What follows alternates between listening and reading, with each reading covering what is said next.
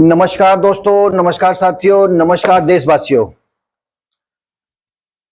मैं हूं राजकुमार अग्रवाल और आप देख रहे हैं मेट्रो लाइव। देशवासियों के साथ में आज एक महत्वपूर्ण विषय पर चर्चा करूंगा और चर्चा में विशेष इसलिए भी है क्योंकि देश के अंदर इस समय एक रमजान का माह चल रहा है और इस रमजान के अंदर कुछ एक जाति विशेष के लोग ऐसे दुष्कर्म करते हैं और उस दुष्कर्म को करने के बाद में अपने आप को बड़ा ही सौभाग्यशाली समझते हैं।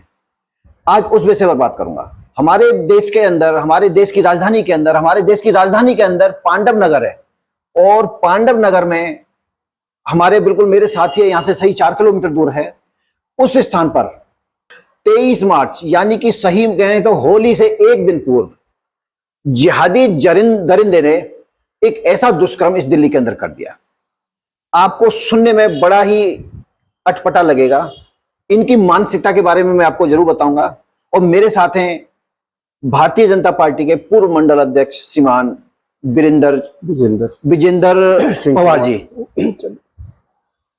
बात पवार जी हैं, आप उत्तराखंड से आते हैं, क्योंकि उत्तराखंड को हमने इसलिए भी लिया है क्योंकि जो बच्ची थी वो उत्तराखंड से बिलोंग करती थी। मैं बात करूंगा उस जिहादी के बारे में जिसने 23 तारीख को 4 साल की बच्ची के संग ये जो दुष्कर्म किया है, बलात्कार किया है और उस षड्यंत्र में उसके साथ उसके परिवारीजन भी थे। लेकिन कानून कितनी मदद उस पीड़ित की करता है ये आपको भी बताने की जरूरत है। मैं सीधे सीधे बात करूंगा। पवार जी, आप सर्वविदित है, पूरे देश को पता है कि 4 साल की बच्ची के संग में एक जिहादी ने एक ऐसा दुष्कृत्य कर दिया है और वो भी रमजान के पाक महीने में। वो क्या कहना चाहेंगे आप इसमें कि ऐसे कृत्य को रमजान में ही करना आवश्यक समझते हैं ये लोग? ये जो वाक्य हुआ ये बड़ा दुष्कर्म पूर्ण जो वाक्य हुआ, ये इसमें बड़ी हमारे समाज की या पूरे हिंदू समाज की बड़ी दिक्कत कहेंगे या जो है बड़ी समस्या है। और हमें सबसे बड़ी दिक्कत ये हो रही कि वो बेचारे गरीब हैं और गरीबों की जो है या हमारी माता बहनें कोई गरीब है कोई ऐसा नहीं, तो इस प्रकार का दुष्कर्म जो उसने किया है उस व्यक्ति ने वो बड़ा मानवता के खिलाफ है। और उसमें मतलब किसी को माफ करने या किसी को सहन करने वाली मतलब दुर्घटना मतलब हमारे साथ मतलब इस टाइप का काम हो तो इसमें सभी हिंदू को, इसमें उत्तराखंड का सवाल नहीं है, सभी हिंदुत्व की बात है कि अगर इसमें किसी भी व्यक्ति के साथ में इस प्रकार की घटना होती है बड़ा कष्टदायी होती है। सभी समाज को या सभी जितने हिंदू समाज है सभी लोगों को बड़ी इस विषय पे बड़ी दिल की चोटें लगी है कि भाई इस प्रकार की घटनाएं हमारे साथ हुई है। तो इसके लिए हम सब लोग वहाँ पर महापंचायत का आयोजन कर रहे हैं और वहाँ पर अभी जाके जो भी हो प्रशासन को जगाने वाली बातें हम लोगों को कहनी चाहिए और उसके साथ में न्याय होना चाहिए। मुझे तो ये लगता है कि अगर जैसे हमारे योगी जी की सरकार है उत्तराखंड में, उत्तर प्रदेश में, तो वो बड़े न्याय वाली बातें करते हैं और न्याय तुरंत होना चाहिए। न्याय तुरंत होना चाहिए, ऐसी मांग पवार जी ने की है। लेकिन मैं आपको यहाँ ये भी अवगत कराऊंगा और इस बात पर आपकी राय और आपके विचार भी जानना चाहूंगा और देशवासियों को आपके विचारों के माध्यम से अवगत भी कराऊंगा कि ये पाक रमजान कहते हैं इस महीने को, और इसमें ये क्या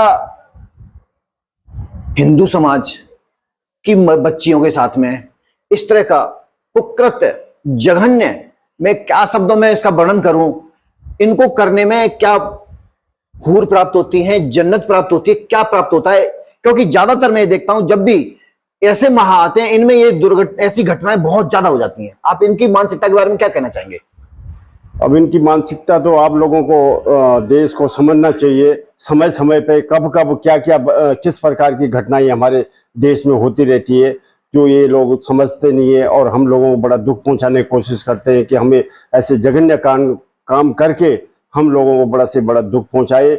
जिसमें हमारा प्रशासन काम करेगा, जो भी होगा न्याय होगा उसके साथ में, लड़के के साथ में, और जो इसने सभी हिंदू भाइयों को भी हमारा ये। मैं आपको यहाँ पे यह अवगत कराना चाहूंगा, आज 31 मार्च को एक महापंचायत का आयोजन देश की राजधानी दिल्ली के अंदर किया जा रहा है। जो 4 साल की बच्ची के साथ में ये जघन्य, जिसकी निंदा किन शब्दों में की जाए आप समझ सकते हैं, आप फैसला करेंगे इस बात का। लेकिन मैं ये कहूंगा कि उस बच्ची के लिए जो करेगा भगवान करेगा, लेकिन ऐसी दुर्घटनाएं भविष्य में ना हो, इसको लेकर के एक पंचायत, महापंचायत का आयोजन आज किया जा रहा है। आप उसमें कितने बजे पहुंचेंगे, कितने लोगों को लेकर के पहुंचेंगे, उसमें आपका क्या कहना है?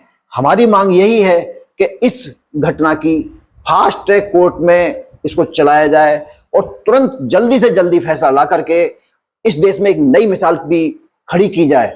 और तभी हम कहेंगे वो बच्ची तो हॉस्पिटल में अपनी जान से जूझ रही है, लेकिन हम सब मिलकर के देशवासी उसको न्याय दिलाने के लिए भी जूझ रहे हैं।